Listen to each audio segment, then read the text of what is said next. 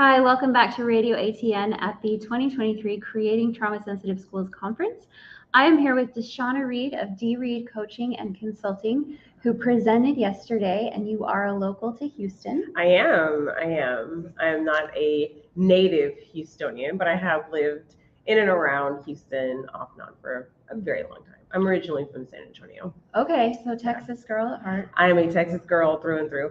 Okay, well, we're so happy to have you. Yeah. And when I was looking over the program, your session was definitely one of the ones that I was most interested in. So why don't you give us a little bit of your background? Sure. And then we'll go into that part of it. Okay, well, my session yesterday is Right to Thrive, and it had to do with expressive interactive journaling and its effects on word fluency in middle school students. That work really is a body of work that started when I was a campus administrator. And to be honest with you, it preceded that even. My background is in psychology. And so human behavior has always been really fascinating to me. Adults reach a particular stage where their development has stopped, sometimes in the best areas and sometimes not. So there's some areas of development, right? But we've already gotten that executive functioning piece pretty solidified. We've already got some security in who we are. There's some other extenuating factors that impact that, right? Certain psychopathologies exist, and managing those things as an adult is very different than it is for an adolescent. And the way that I used to explain it to kids and educators, even to leaders, is consider the age that you are now. Lock that in. Now consider the fact that the people that are sitting in front of you in your classrooms, on your campuses, in your communities, have less than half of the years alive that you even have, maybe even in education. Yeah. So they don't have that conceptual knowledge. And of course, the world that we grew up in is very different than the world that they're growing up in now. Mm-hmm. My oldest is 21. And I can definitely say with full certainty, based even on research, that his generation in particular was the first generation to grow up fully immersed in technology. Mm-hmm. It's everywhere. And so the challenge that comes with being such a technology-centered society is we don't have that human connection. And human connection is rooted in communication. And that communication is rooted in language. Language is the basic words that we speak. Mm-hmm. And a lot of conflict, especially with students, had to do with word choice, saying things that they didn't realize coming out of their mouth, or maybe they did. Because it's hard to tell sometimes. Just saying, teens are out here teening, right? But they don't realize how what they're saying comes across to other people. Mm-hmm. It's that lack of tact. That's it. And that's that executive functioning piece too. And these generations that are coming now are far more outwardly emotive than previous generations.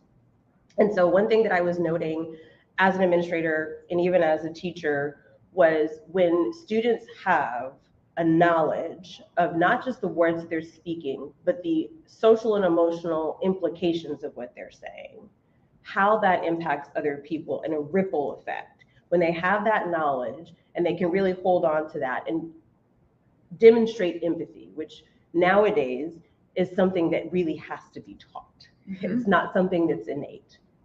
And it's very situational for adolescents. When they understand that, they are better equipped to perform in groups, in one-on-one relationships, and academically. So when I started this work as an administrator, I really was interested in seeing what would happen if I gave them access to language that was connected to academics, but very unique to their personal story. Because part of the reason that they were responding in the way that they were responding to teachers and to other students is because they were listening to the recording of their own story. Mm-hmm. So they couldn't hear anybody else at the time. And so I was very interested in why I was seeing so many behavior instances, particularly in the middle school grades. Mm-hmm. I was an administrator at a kindergarten through 8th grade charter school campus in a pretty impoverished area here in the Houston area. It was 75% non-native English speakers, We had approximately 80% that were well below the poverty line. Okay. We were a 100% free and reduced lunch campus. Okay. We had 10% of our students that qualified under McKinney-Vento as being homeless. And another 15% of those students that we had on our campus also had one or more members of their family incarcerated. So they weren't even being raised by the people that they came from. Okay. So we've got a lot of trauma. A lot. Right. Yeah. We've got a lot of that. We've got a lot of, we had a lot of students who had suicidal ideation or were being encouraged to get involved in gang activity. Okay. So that's the picture of the campus, right? So you can imagine what these children are coming in with. Yes. Right? And the class that they kept getting sent out of the most was their reading and writing class. And so in talking with the teachers and really trying to get an understanding of what was going on, because it's not enough for me, I'm not the enforcer. That's not my job as an administrator. And the challenge also was getting them to understand that discipline is not punitive. Discipline is simply the act of teaching someone the right way to do things. And so having to shift that focus was one of the first orders of business when it came to teachers. But there was a select group of my frequent flyer friends. They had a lot of miles, by the way. They could do that want to getaway thing like that. You know, if they were Southwest Airlines, that would be that. But those friends in particular were ones that I knew had so much more life in their very short time than people realized. Yeah. And they didn't have an outlet to be able to express that. And so instead of having an outlet to express it, it just melded out around them and just permeated their environment. And I didn't want that to keep happening. They needed to have a way, a tool that they could take with them regardless of where they were and feel empowered to use it. But they also need to be able to pass grade level assessments. Like that's just the basics, guys. That's really what we need, right? Because ultimately schools don't get paid according to how students perform socially and emotionally. Right. They get paid according to how they perform academically, which is also where we're missing the mark, but I digress. So I got this group of 10 students that had the highest number of discipline referrals and also had not previously passed the state tests here in Texas. We have the STAR test. Okay. And they hadn't passed a single one since elementary school. These students were in 7th grade. Okay. Also, in the state of Texas, students are only tested twice between kindergarten and 8th grade in writing. However, they're supposed to arrive in high school capable of being able to write fluidly and understand words in context with automaticity, which is what word fluency is. And that is the cornerstone of reading comprehension. That's virtually impossible to do. Yeah. That's not to say that teachers are not assessing them on a regular basis, but the state doesn't measure it except for in 4th and 7th grade. So bearing that in mind, I worked with a reading interventionist. I actually approached him and said, hey, I've got an idea. And he was like, oh no. Whenever you say that you have an idea, I get really afraid because that means this is going to take a lot of work. It is. And it's totally fine, but it's going to be great. It's going to be great. Don't we have to ask for permission for this? No. We're going with forgiveness. All right, here we go. And so I told him my idea and he said, I don't see it working, but if you like it, I love it. Let's do it. Why not? Let's give it a try. So the idea was to work with this reading interventionist specifically on word lists for the Texas Middle School Fluency Assessment, the TMSFA. Okay. There are several iterations of this test over the course of 7th grade, and students are required to pass those portions. These students that are taking this assessment, again, are also students who had not previously passed the state reading test. And again, they hadn't even taken a writing test formally for the state. In 3 years? In 3 years. Okay. Outside of the fact that for English language learners here in the state of Texas, there is the Texas English Language Proficiency Assessment, right? And so they do have that in addition to, but that is a very different test than the reading and writing portions of the STAR test here in Texas. So 2 different sides of the brain even are having to function, right? So In working with these students, I taught them a technique that I had been following for many years, and it actually was originated by Dr. James Pennebaker. He was a professor at the University of Texas. I loved his work. I loved his books, Opening Up by Writing It Down. I loved that in particular. And that was something that I had started with a couple of the groups on my campus anyway. I had a lot of girl drama. And so I'm like, girls, let's work this out, okay? Because we have to be here for each other and everyone can win. It's you versus you, not you versus me, right? So getting them to understand that mindset. So I'd already piloted it that way, but it wasn't tied to anything academic. So with this group, we took the word list from the TMSFA. There were 150 words per list, and there were 3 different lists. So that requires them to understand 450 words, okay? We had 13 days to get this done. That's where he was like, this is gonna be a lot of work. Oh God, okay, this is gonna be so much. I have no idea how we're gonna make this happen. But again, if you like it, I love it, right? So we went for it. And I taught them the technique, and it involved 15 minutes of uninterrupted writing just about them. Okay. It could be about a school issue. It could be an outside issue. It could be how they were feeling about a relationship that they had with a boyfriend or a girlfriend or with just a friend, or in general. That could be about anything they chose, but they had to write silent, solo, uninterrupted for 15 minutes. Not write and then put your pencil down and sit and wait for the next 10 because somebody tried that. No. Write. I don't even care what you write. Just write. And the first 2 days were very interesting. That 15 minutes of uninterrupted writing was a little interesting for a couple of them. And so I said, you know what? How about this? If you're not someone who can really articulate things that are going on with you in words, draw it, sketch it. I don't even care if it's in a different language. Get it on the paper. So the first couple of days were a little challenging, but by day 3, they were able to write for the majority of that time without looking up to see what somebody else was doing. And by the halfway point, they were writing for the full 15 minutes uninterrupted. Beautiful. So that was just the first piece of it. The interactive piece came in where we incorporated the word lists. And so in their journal, immediately after what they were writing about themselves for that day, we were going through and using whole word fluency, because research shows that beyond elementary grades, if you're struggling with word fluency, phonics aren't going to help. Right? You have to have the whole word, and not just the whole word in one context, across contexts. And so for me, what I was really interested in is not was the word relevant that they were reading, but did it resonate? Because if it didn't resonate with them, they weren't going to be able to replicate it anywhere. Right. And so we talked about the difference between relevance, and replication. And they really enjoyed that. And so they would write their 3 R's on there. What is relevant about this word? How does it resonate with me? And how can I replicate it? And so we did that for every single one of those words. 450 words. 450 words. 13 days with 450 words. It was absolute full on, straight on, open communication, conversation. What does this word mean? What does it evoke in you? Does it do anything for you? Where would you see this used?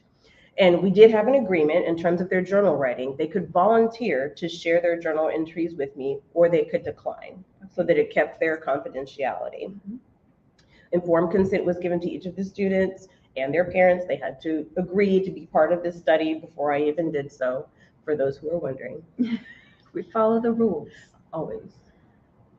So at the end of the study, we gave them the next iteration of the TMSFA. They did not do it with the group. They kept their journal, and they were allowed to keep it with them. They added foldables. People drew drawings that matched the words. And at the end of this study, and after they had taken their TMSFA, I read the ones that allowed me to read their journals. And what was really interesting in the findings is at the beginning, of course, they were writing very little and maybe just doing some sketches. And a couple of them wrote, "This is dumb. I don't even know why I'm doing this," which was fine with me because it got it out. Yeah. But then by midway point in some of those journals, they were actually using the words that were in the word lists in their writing. And then it continued to be more so, and their writing became more fluid and more expressive. And I could see it even in the ones that were writing about some super personal stuff, some major, heavy things that they were managing as 13, 14, 15-year-olds. Yeah. Because I did have a 15-year-old who was sitting in 7th grade, right? And so writing about those things and seeing how the progression came was, for me, just absolutely phenomenal. In 13 days. In 13 days. Those students went on to pass the TMS if they had not done so in previous iterations. Every single one of them passed the TMSFA, that next iteration. And the thing that just gives me that warm feeling is that they all went on to pass their reading and writing star that year too, for the first time. They thought they were invincible. And they figured, oh my God, I can do this with just these things, this one tool that she gave me. Wonder what else I can do. And so the findings of the study ultimately showed that 70% of those students were able to more than double their word fluency. We had 20% that more than tripled their word fluency. And we had one that actually was the one that had the highest number of discipline referrals. I get so excited about him when I talk about it.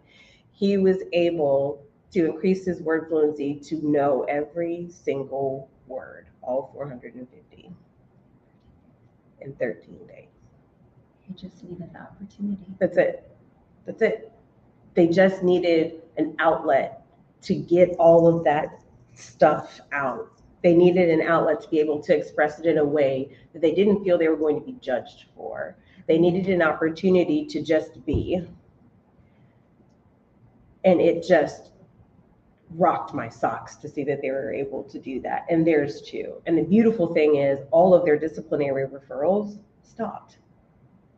I didn't have to come and get them out of class. With words. With words. With words. Words. That's it. 450 words in 13 days. 450 words in 15 days. Okay, so how does this translate into what you do now, and how can people find out more, find you? Oh man, I'm sorry, I'm so excited about that piece too. What does it translate to what I do now? So I teach people to do this very thing. I do have a journal that's kind of available online. I hadn't really marketed it very much, but I feel like I should, especially based on the responses that I've gotten. This is the 4th conference that I've presented this work at. And it has gotten... And this, by the way, is her favorite conference. It absolutely is my most favorite conference. I will do this conference over and over and over and over again, because the people here are people who love this work, live this work, breathe this work. It's systemic. And that's what it has to be if you want to really cause the absolute seismic shift that has to happen in education. We cannot continue to do the same thing the same way and expect a different result. That's the definition of insanity. Correct. And we have to teach kids, not content. We have to teach kids. That's who's in front of us. Mm-hmm. They're people, not products. And so embracing and understanding the nuances that come with adolescence. And going back to your question about why did I choose adolescence? I remember very distinctly for me, although I hadn't experienced the tons of trauma that a lot of my friends had. I was coming from a 2-parent household. Both were very educated. Both had excellent jobs. But one thing that would or could be construed as something moderately traumatic is being a sibling of someone with severe special needs. Oh, yeah. And so for me, that wasn't something that was a terrible, horrible thing, but that made my life look very differently than my peers. Mm-hmm. I was not in a position where I could be like, hey, I'm going to go to this party. If my parents had something to do, I was staying at home with my sister. Mm-hmm. Of course, she's older than I am, but at the time, that was what my life looked like. Yeah. It was very much rooted in taking care of whatever my sister's needs were at the time in the absence of my parents. And that was that. Yeah. My life looked very different, like I said. And on top of that, people didn't really understand. When they would see my sister, they didn't see her the way I saw her. Yeah. Not at all. They would either run in fear or ask a bunch of questions, inappropriately worded, of course, and especially using the R word. And I'm like, you got to be kidding me. Of course, this is like the 90s when this is happening, right? Where people still, we were only at that point, what, 20, maybe 23 years post federal mandates that protected individuals with intellectual disabilities and their families. I mean, putting that in perspective, it makes sense that the mindset was that way, but even still, that made things very difficult for me. And if I had that kind of life that was happening in my household, I knew that the students that I was serving may have that and more, because I didn't also have the challenges of technology and social media and the Instagram lifestyle, or having to feel like you have to assimilate, or that you have to subscribe to this group or that group. You have to say that you're this or that or the other. You know, I didn't have those same challenges as they did. And so for me, I knew how challenging adolescence was for me. And I wanted to make certain that every student that I served and every educator that also served alongside me with those students was able to rewind back in their mind and connect to their heart and what it was like to be that student sitting in that seat. Mm-hmm. And when you teach and you lead in that way, you'll absolutely get it right. It's not about being right. It's about getting it right for that one kid, because that one kid can turn out to be a me. And that's the goal, right? Like we want them to turn out to be a me or a you or any of the people that are absolute change makers and unapologetic disruptors. I need that shirt. Yeah. I need it in like 10 colors, except for purple. I don't like purple. It's not your color. Sorry, I don't like purple. I kind of feel like I look like a grape when I wear that. So I'm good. Reminds me of my mom. Right. It's an old lady color. Right. I'm not. I know it's royalty and it's regal, but it's fine. I don't need that. Okay. I don't. Yeah. So distracted. Back to your work. Yes. You haven't really debuted it. Right. So there are a few things. The journal piece is forthcoming, mainly because of the fact that I've gotten a lot of requests for how can I do this work? How can I plug and play? Because I know what I'm going to get when I get to a campus. This is just one more thing that you're asking me to do. And instead of that mindset, which is something that is very typical, because honestly, our teachers are heavily inundated with the next good idea. It's called solutionitis. You know, a researcher named Anthony Breich wrote a book called Learning to Improve. And in that book, he discusses what solutionitis is and how it plagues education. We come up with the next good thing without even analyzing the success of the thing that we put in place, because we're not even identifying the correct problem. Mm-hmm. So going back to my work, my goal was to identify the root cause, and that was their emotional and social challenges and some of the levels of brokenness that my students were exhibiting that was causing them to behave in the way so that they could escape. Mm-hmm. That's really what it all boiled down to. It was escape, because they just couldn't access. They weren't here, so they were never going to be here. You know, and so it was so crucial for me in creating this journal to make it so that people understood this is not one more thing. This is the thing. This is the thing. You want them to write? Have them write here. Have them write with meaning. A prompt isn't going to help someone who cannot access that. Yeah. Write about a time that you went to an amusement park with your family. How does that happen if you don't have the funds to even avoid having your lights turned off as reality? Or going to McDonald's as a luxury. Mm-hmm. An amusement park is so far-fetched, there's no way in the world, right? And so having them write about things that were relevant and real to them was ultimately what solved a root cause problem. And so that is going to be available online. I also have my first book that is coming out in March. It is in first reads right now. And so I'm really looking forward to it. I was very intentional about it. It was a book that took me 4 months to put fingers to keys, but it took me 10 years to write. Yeah, that's generally how books come out. Right. And so it is rooted in my doctoral work. My doctoral work, of course, is focused on social emotional learning competencies integrated with academic content, not in isolation from. Not here's this program that you can do in addition to also teaching this content, but providing actionable steps, real life strategies that work to make the job of educators, leaders, and even students that much easier, because it forms that direct link that everyone is looking for between social emotional competencies and academic content.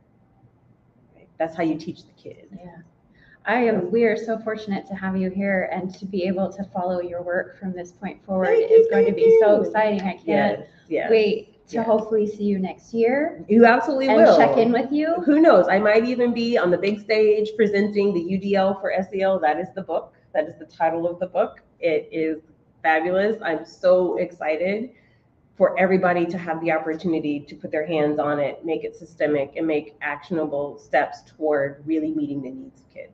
Thank you for being here today. Thank you for having DeShanna me. Reed, we have her information down below, and so excited to follow your journey. Thank you for being here. Thank you. I'm honored.